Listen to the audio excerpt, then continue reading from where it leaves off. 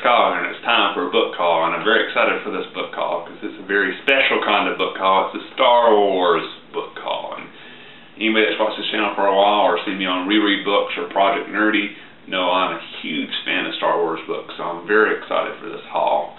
So first up, we have Scoundrels by Timothy Zahn, and first off, in case anybody makes this comment in the video, you might notice the book jacket on this book is a little tattered. It's not my fault. This book is actually my sister bought, and she's let me borrow it, and she has some pet rabbits, and the rabbits got out of their little fenced-in area of the house.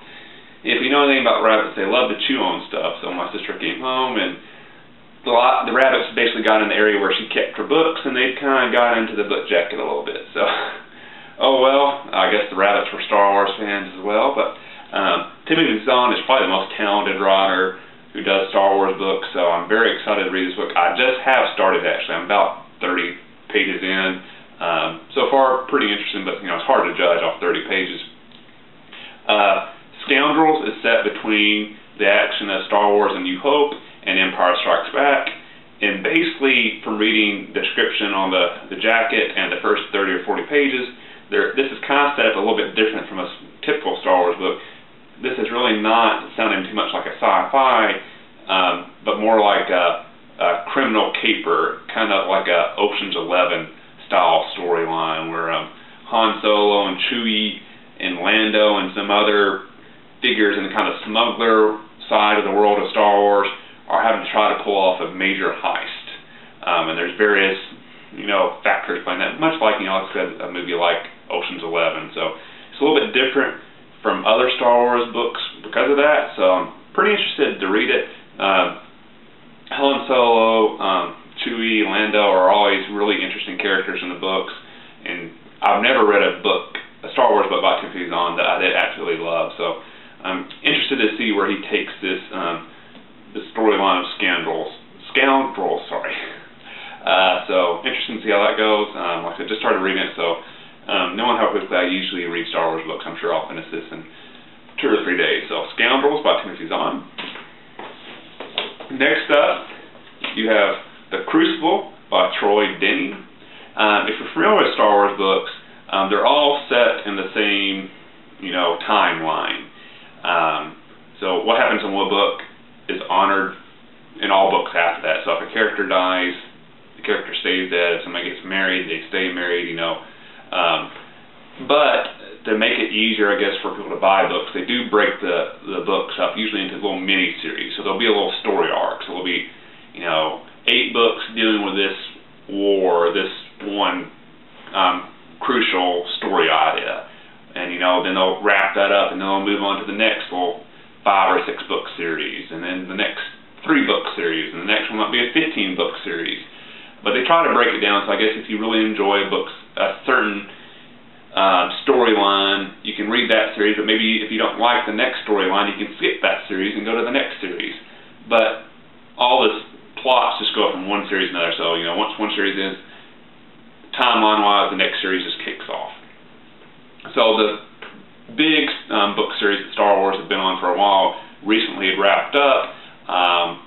I really wasn't sure what the next series would be about, and this is the first book in the next series, Crucible, which I'm assuming is actually part of the series because in the little timeline of the books it just has this listed as the next book, but it doesn't really say if there's any forthcoming novels. So since I just have got this book and I don't know too much about it, I'm not sure if this is going to be a standalone book or if this is the first book of the next Star Wars book series.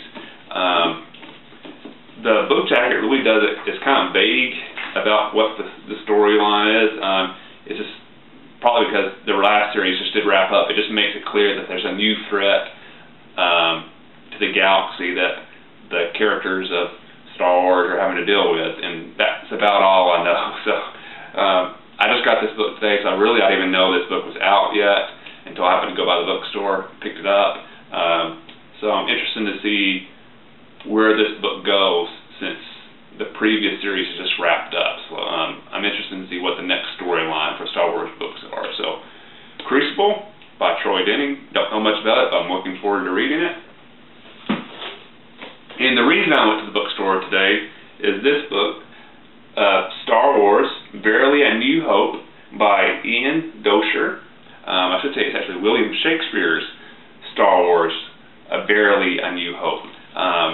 I get the magazine Entertainment Weekly, and I got my magazine in the mail yesterday, and I read it last night. Entertainment Weekly always has a thing about new books out, and this book was featured, and I thought, wow, that sounds interesting. I'm going to the bookstore tomorrow to get that. And when I went there, that's when I found out Crucible's out, and I got 2 Star Wars books, and resulting in a Star Wars book haul.